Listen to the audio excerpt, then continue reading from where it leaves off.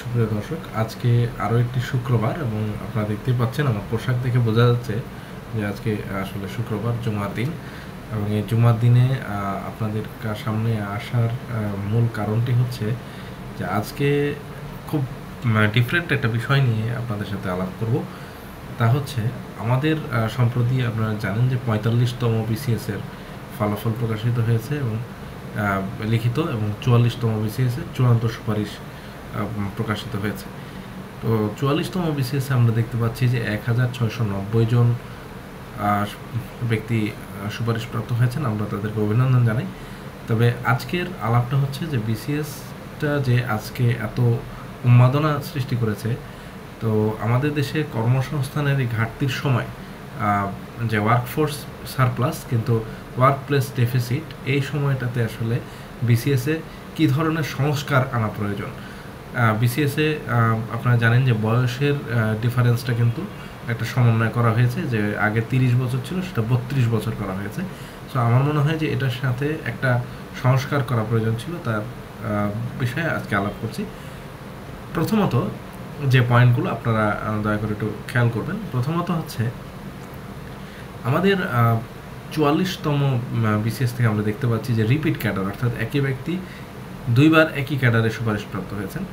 এই জায়গাটায় একটা সংস্কার করা প্রয়োজন ছিল, যে যেহেতু আমাদের ওয়ার্কফোর্স বেশি এবং ওয়ার্কপ্লেস কম, সেই কারণে যে ব্যক্তি একবার কোনো বিসিএসে সুপারিশপ্রাপ্ত হয়েছেন তাকে আর কখনো তিনি যেন বিসিএসে অংশগ্রহণ না করেন, সেই জন্য একটা প্রতিবন্ধকতা বা একটা সিলিং দেওয়া খুব জরুরি হয়ে পড়েছে।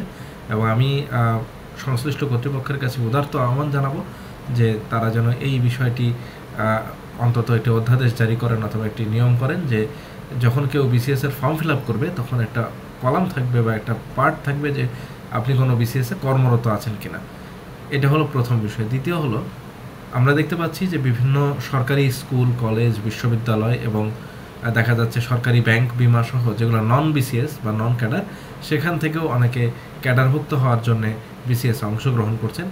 এই জায়গাটায় একটা সিলিং দেওয়া প্রয়োজন বা একটা সীমারেখা দেওয়া প্রয়োজন, যে কোনো ব্যক্তি যদি সরকারি চাকরিতে রত থাকেন প্রথম এবং দ্বিতীয় শ্রেণীতে, সেক্ষেত্রে প্রথম শ্রেণীতে অবশ্যই একটি ব্যারিয়ার দেওয়া প্রয়োজন, যে প্রথম শ্রেণীতে যিনি কর্মরত আছেন সেটা কোনো স্বায়ত্তশাসিত প্রতিষ্ঠানে হোক, কোনো ব্যাংকে হোক, সেক্ষেত্রে তিনি আর বিসিএসে অংশগ্রহণ করতে পারবেন না।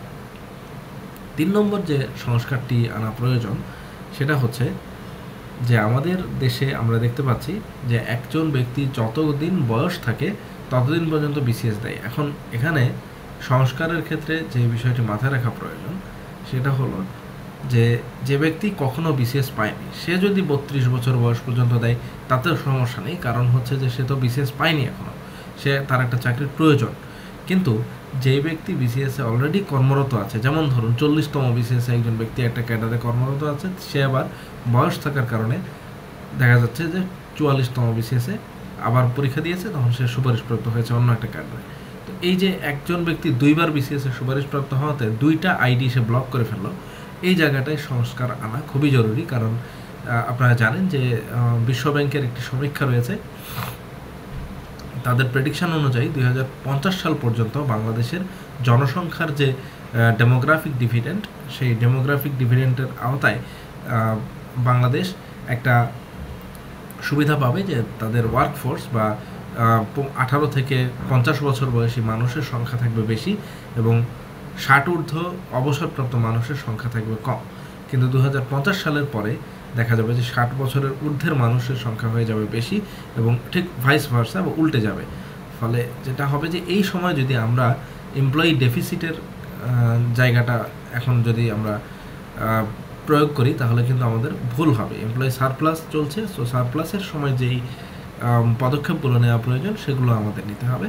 এবং সেই জন্য এখন আমাদের যেটা করতে হবে যে আমাদের সম্পূর্ণভাবে যে সমস্ত ব্যক্তিরা কোনো একটা সরকারি চাকরিতে রত আছেন, বিশেষ করে প্রথম শ্রেণীতে, যেমন স্বায়ত্তশাসিত প্রতিষ্ঠান, বিশ্ববিদ্যালয়, কলেজ, তারপরে হচ্ছে আপনার ব্যাংক, সরকারি সাধারণ বীমা কর্পোরেশন, জীবন বীমা কর্পোরেশন, বিজিএফসিএল সহ সরকারি প্রতিষ্ঠানে যারা কর্মরত আছেন তাদেরকে বিসিএস থেকে আসলে প্রত্যাহার করার প্রয়োজন। তাতে করে যেটা হবে যে বিসিএসে আমাদের যে ব্যক্তিরা রয়েছে তাদের কর্মসংস্থানের পরিমাণটা বাড়বে। তো যাই হোক, আমি এতক্ষণ সংস্কার নিয়ে আলোচনা করলাম। এবার লাস্ট আমি বুলেট পয়েন্ট আকারে আপনাদের সাথে আলোচনা করছি যে আসলে কি কি বিষয় আমরা দেখলাম। প্রথম হচ্ছে, যে ব্যক্তি একটি সরকারি চাকরিতে রত আছেন কিন্তু বিসিএস নয়, একটি সরকারি চাকরিতে রত আছেন, তাকে বিসিএস এর ক্ষেত্রে তিনি যেন আর অ্যাপ্লাই না করতে পারেন সেই জন্য সরকারি প্রতিষ্ঠানে কর্মরত কোনো ব্যক্তির অ্যাপ্লিকেশন বন্ধ করতে হবে। দ্বিতীয় হচ্ছে, যে ব্যক্তি একটি বিসিএসে কর্মরত আছেন, অর্থাৎ বর্তমানে তিনি আরেকটি বিসিএস দিচ্ছেন বয়স থাকার কারণে, সেক্ষেত্রে তাকে ওই বিসিএসে কর্মরত আছেন কিনা এটা নির্ণয় করে তাকে সেখান থেকে আউট করতে হবে। তাহলে যেটা হবে, এই দুই ক্যাটাগরির ব্যক্তিরা যখন আউট হয়ে যাবে তখন আমাদের বিসিএসে বেশি মানুষ চাকরি পাবে। 3 নম্বর হচ্ছে, বেসরকারি খাতে যে অস্থিরতা বিরাজ করছে বর্তমানে, বিগত ফ্যাসিস্ট সরকারের সময় আপনারা জানেন যে বেসরকারি খাতটাকে ধ্বংস করে দিয়ে গেছে।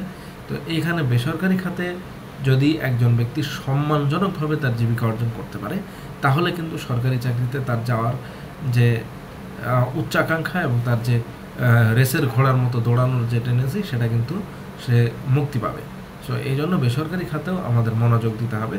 তবে মোটা দাগে বিসিএস এবং আমাদের সরকারি প্রতিষ্ঠানসমূহের মধ্যে একটি সমন্বয় থাকা প্রয়োজন।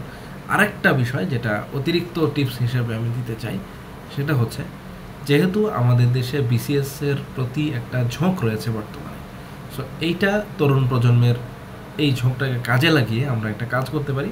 সেটা হলো যে আমাদের সকল প্রতিষ্ঠানে যে সমস্ত সরকারি কোম্পানিগুলো রয়েছে, সরকারি প্রতিষ্ঠান রয়েছে, সরকারি ব্যাংক রয়েছে, তাদেরকে আপনারা জানেন যে কেন্দ্রীয় ব্যাংক আলাদাভাবে পরীক্ষা নেয়। তো এখানে যেটা করা যেতে পারে যে বিসিএসে প্রথম শ্রেণীর পরীক্ষা যেহেতু নেওয়া হয়, সেহেতু সেখান থেকেই বাংলাদেশ ব্যাংক, সরকারি ব্যাংকসমূহ, সরকারি প্রতিষ্ঠানসমূহ, সরকারি কোম্পানিসমূহ এবং স্বায়ত্তশাসিত প্রতিষ্ঠানসমূহকে প্রথম শ্রেণীর কর্মকর্তা এই বিসিএস থেকে সরবরাহ করা যেতে পারে।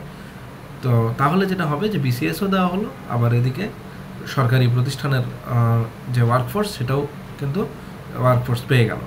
আর সরকারি প্রতিষ্ঠানগুলো যখন আলাদাভাবে পরীক্ষা নেয়, তখন যেটা সমস্যা হয় যে সরকারি প্রতিষ্ঠানগুলোর আলাদা একটা খরচের বিষয় আছে, হল সিট ফেলতে হয়। তারপরে দেখা যাচ্ছে যে বিসিএসের সাথে অনেক সময় ক্ল্যাশ পড়ে যায়, সেক্ষেত্রে অনেকে বিসিএস পরীক্ষা অংশ নিতে পারে না। তো আবার দেখা যাচ্ছে একই দিনে কয়েকটি কোম্পানির পরীক্ষা পড়ে যায়। তো সেই ক্ষেত্রে এই ধরনের জটলা এড়ানোর জন্য বিসিএসের মাধ্যমে প্রথম শ্রেণীর যে নিয়োগটা হবে, সেখানে সকল সরকারি প্রতিষ্ঠানসমূহ, শুধু 55টা মন্ত্রণালয়, 353টা অধিদপ্তর নয়, সম্পূর্ণভাবে দেশের যে সরকারি কোম্পানিগুলো রয়েছে, সরকারি কোম্পানি, সরকারি ব্যাংক, সরকারি প্রতিষ্ঠানসমূহ যদি একসাথে চাহিদাপত্র দিয়ে বিসিএসে নিয়োগের জন্য সুপারিশ করে, আমার মনে হয় যে আমাদের ওয়ার্কফোর্সের জন্য যেমন উপকার হবে, ঠিক সেভাবে আমাদের পরীক্ষার জট এবং ঝামেলাও কমে আসবে। আশা করব যে আমার এই প্রস্তাবগুলো সংশ্লিষ্ট কর্তৃপক্ষ বিবেচনা করবেন এবং দেশের ও জাতির কল্যাণে এগুলো গ্রহণ করবেন। ধন্যবাদ।